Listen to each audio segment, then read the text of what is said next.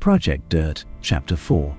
Adam didn't leave his room before the evening. He only found Hara and the baby on the ship. The others were shopping and talking about getting satellites and probes. He checked his wrist and saw a few messages, mostly lists of things they needed. He had absent-mindedly accepted those throughout the day, as he had been absorbing more about the different cultures. He had searched for a civilization in this galaxy sector that didn't have slavery and found none. The 4 Fushan and Huron wars had been epic. To him, it seemed more like cats and dogs fighting. The 2 cultures had several peaceful colonizers as well. They had the largest amount of cross-species marriages as well. What he was left with was to use common sense and remember that most people here don't understand humor or human culture. Hara looked up from a pad as he entered the main room. "Are you hungry, Mass? What should I call you, by the way? I mean, if you don't like Master?" she asked, and he replied quickly. "Adam, I'm just Adam. If you want to be formal, it's Mr. Wrangler, but nobody outside a business meeting would call me that." He smiled to her as he went to make himself some food. When she moved to help, he had to stop her. "I do know how to make food. I'm not a child." He tried to say it as friendly and non-treating as possible.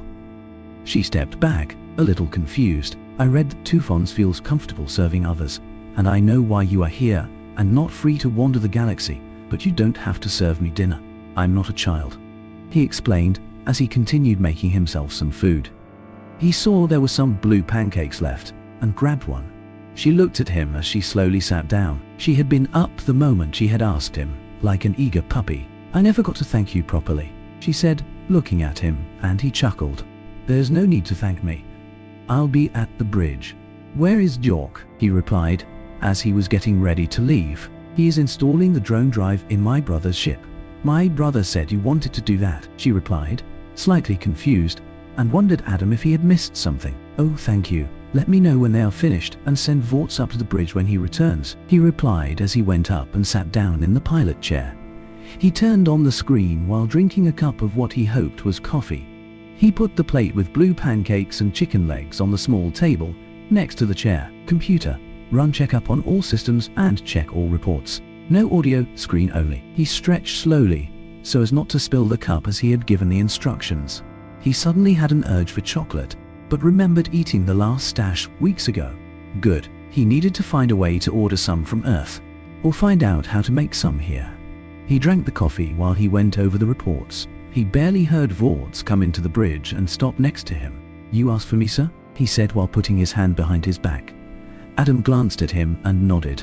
"Yeah, I know you're not a terraformer, but you should know more about this than me. What do you think about the plan?" he asked as he leaned on the arm of his chair. "And please speak honestly." "Honestly? Are you sure?" he replied, clearly uncomfortable. "Yes, if you can see a flaw, then I would like to know before we try. I don't want to waste unnecessary credits here. I'm not made out of money." Adam smiled as he replied, trying to calm him down. "To be honest, it won't work, sir. There is a reason why nobody cares about full terraforming. It's a waste of resources, and there are so many planets around where you only need to change the atmosphere by introducing some invasive oxygen algae and wait 100 years. You plan to make it into a breathable planet within 10 years. You are aware that the atmosphere is too thin, right? There is not enough nitrogen. Only traces of oxygen and argon exist. The carbon level is way too high. The pressure is too low, so your little atmosphere is slowly leaking out. The lack of a proper atmosphere destroys your other project of making organic waste into dirt. The current atmosphere can't hold the heat during the night, so it's like the days are summer and nights are winter. Hold the waste until the domes are built and dump it there. Then buy fertilizer and spread over them, and within a year you will have a field there." Vorts spoke carefully, but when he noticed Adam didn't get upset but merely listened, he seemed to be more relaxed. "Okay, so we melt the poles. Water vapor should help release more gases," Adam replied. "Look, I know this is unusual, but just because people don't do it doesn't mean it can't be done. You should record everything. Maybe get a research droid to keep a record. If it works, I'm sure many would be interested in how it was done," Vorts replied, and Adam nodded. "And how much would that cost?" Adam asked as he checked his spending that day. He had 71,000 credits. He needed to go over the receipts when they took off. "Those are cheap. and 500 bits will get you top of the line with the above security. Most students buy used ones and tinker with them to adjust their research results. A new one will ensure you have not tinkered with it. Vorts replied that he had still not moved. Adam looked at him. Then get one, and make sure we have food for everybody. At least 6 months' food for everybody. Adam replied, then looked back at the screen, and back at Vorts. Oh, and thank you. Vorts was still standing there, and Adam tilted his head as he asked, yes? Anything I can help you with? Vorts looked at him for a second, then shook his head, as he replied, no, you meant I can go? Yes, I will see you later, Adam replied, and he watched as Vorts left. He was wondering if he insulted him in some way, and for a second, he wondered where D01 was. Computer, locate D01. He didn't know why he had given the instruction, but D01 was just outside the bridge. He immediately stepped inside and, with a cold computer voice, reported in. It made Adam a little calmer, and he turned back to the screen. Computer, show the current budget and compare the cost of today's spending to the average costs. Show on my screen, he asked, and he leaned towards the screen to check. Most were the same price, but he saw that Vorts seemed to not care so much about the costs, shopping with other people's money. Rox seemed to be much more frugal. It was clear that Rox would be doing the shopping for now. 3 hours later, Rox and Jork returned, and they reviewed everything. Only 1 cubic meter cargo hold was left, and it was divided among both ships.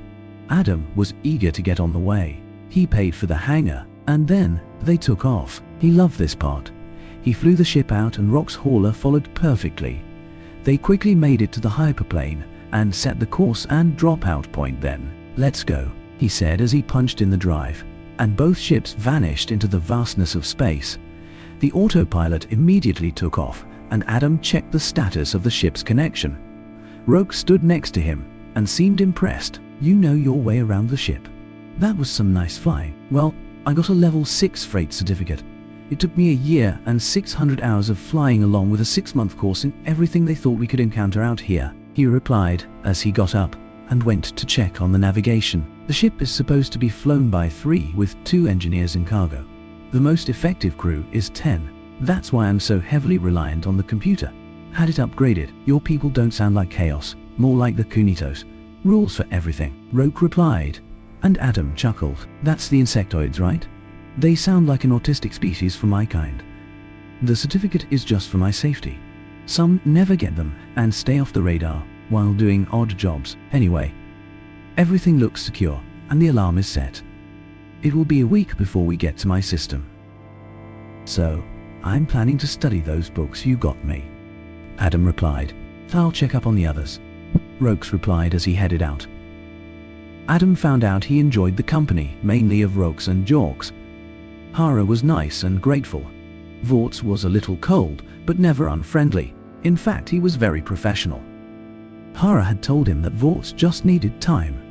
The little baby had become the focus of most of the small crew's attention, from his attempts to join his father in singing to crawling anywhere. In the end, Vorts placed a tracker on him just to be sure. Adam was ready when they dropped out of the hyperplane and set the course for the system.